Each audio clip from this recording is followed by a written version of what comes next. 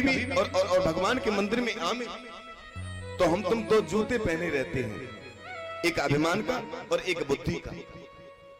अभिमान रूपी जूता और एक बुद्धि रूपी जूतों को पहन के हम आते हैं। तो हमें हमेशा ये सत्संग से बाहर ही उतार के रखना चाहिए।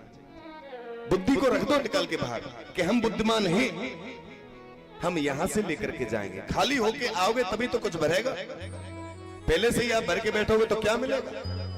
खाली होकर के। और एक अभिमान को लेकर के आपने प्रवेश किया तो कुछ नहीं मिलने वाला।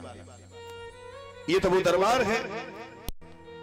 लास्ट में यज्ञ सफल ही नहीं हुआ था। संत मिलन को चालियो और तजमाया अभिमान का त्याग तो होना ही चाहिए। हमारे जीवन में सबसे बड़ी कलेश की जड़ है तो वो अभिमान, और इसके कारण और जाने कितने मरेंगे। अच्छे ऐसा नहीं है अभिमान, साधारण किसी आदमी को अच्छे को अभिमान आ जाता है, इससे बचा कोई नहीं। लेकिन जब भी ये आता है तो नाश करा के ही जाता है। इसलिए आज महाराज परमात्मा का नाम जिसके मुख पे आ जाए वो उसी के पे आ सकता है जिसने जीवन भर बुद्धि और अभिमान से काम नहीं लिया। भीष्म पितामह भगवान सामने खड़े साक्षात। एक व्यक्ति की मौत हो रही थी महाराज, सेठ जी की, प्राण निकल रहे थे। बोले वो बड़ा वाला बेटा कहाँ है? बोले इधर आपके पास में ही खड़ा है महाराज। अच्छा, और वो छोटा वाला? बोले वो महाराज पैरों तन खड़ा। और बीच का? बोले जी आपके पैर में सक रहा है ना जी बीच का। तो मरने वाला बोला कि तीनों लोग आप यहीं बैठे हो तो दुकान पे कौन बैठा है? मर रहा है पर दुकान की चिंता है, राम की चिंता नहीं है। अरे छोड़ो दुकान को, दुकान वाला दुकान संभालेगा। अब तो कम से कम राम बोल, एक बार तो बोल।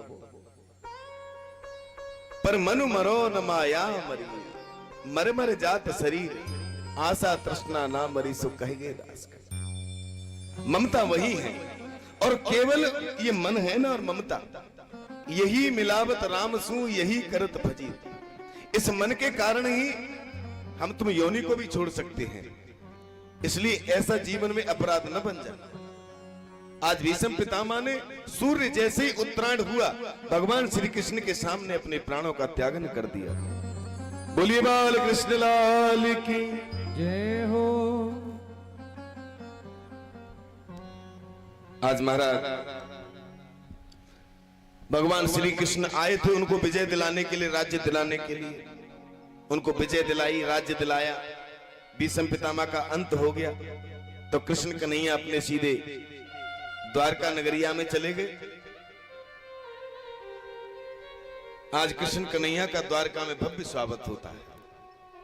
बोली बाल कृष्ण लाल की जय हो।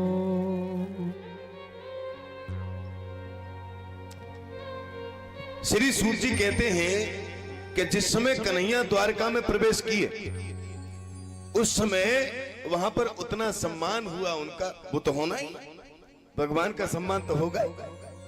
लेकिन बात सम्मान की नहीं है, बात प्रेम की है। परमात्मा से वहां के रहने वाले निवासी सच्चा प्रेम करते हैं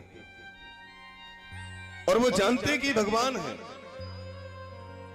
सभी का उनको प्रेम मिलता है। प्रसाद शिखरारूढ़ा कुरनार्यो दिदीक्षया। परमात्मा कहते हैं कि परमात्मा को सुमन चाहिए। क्या चाहिए? मत फूल बरसाओ और मत उनको कुछ खिलाओ, लेकिन सुमन दे दो उनको, सुंदर मन। मोहि कपट छल छिद्र न भावा, निर्मल जन मन सु मोहि पावा। बस कपट को छोड़ करके मुझसे मिलिए, फिर देखिए आनंद। तो आज परमात्मा द्वारका में प्रवेश करते। बोलिए द्वारकाधीश भगवान की जय हो।